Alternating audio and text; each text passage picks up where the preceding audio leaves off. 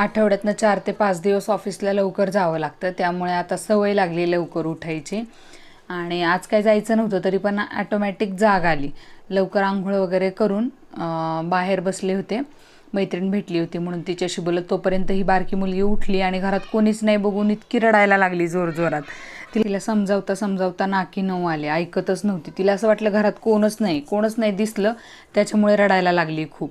आणि मग काय चॉकलेट मागितलं, द्यावं लागलं सकाळ सकाळ. ही बारकी मुलगी ना खूप आगाऊ आहे, खूप दिसती तशी नाही आहे, खूप डॅम्बिस आहे ती. तिला पाहिजे म्हणजे पाहिजेच असतं सगळं.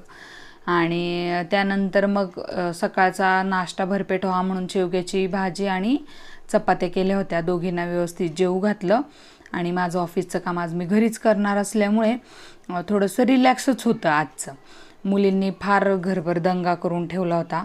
त्यांच्या मैत्रिणी पण घरी येतात ना खेळायला, त्याच्यामुळे लहान मुलं आली की काय म्हणता येत नाही आपल्याला. मग सगळी आवराआवर झाल्यानंतर खूप गरम व्हायला लागलं. हे बघा समोर अशी आमच्या सोसायटीच्या समोरच, आमच्या सोसायटीतली विंग आहे ही, बी बिल्डिंग तयार होती आहे. त्यानंतर जेवण करायला घेतलं आम्ही आणि थोडंसं काम राहिलं होतं ऑफिसचं, ते करून घेतलं. मुली संध्याकाळी आल्या, चहा दूध वगैरे पिलं त्यांनी आणि मग आवरून खाली खेळायला गेल्या.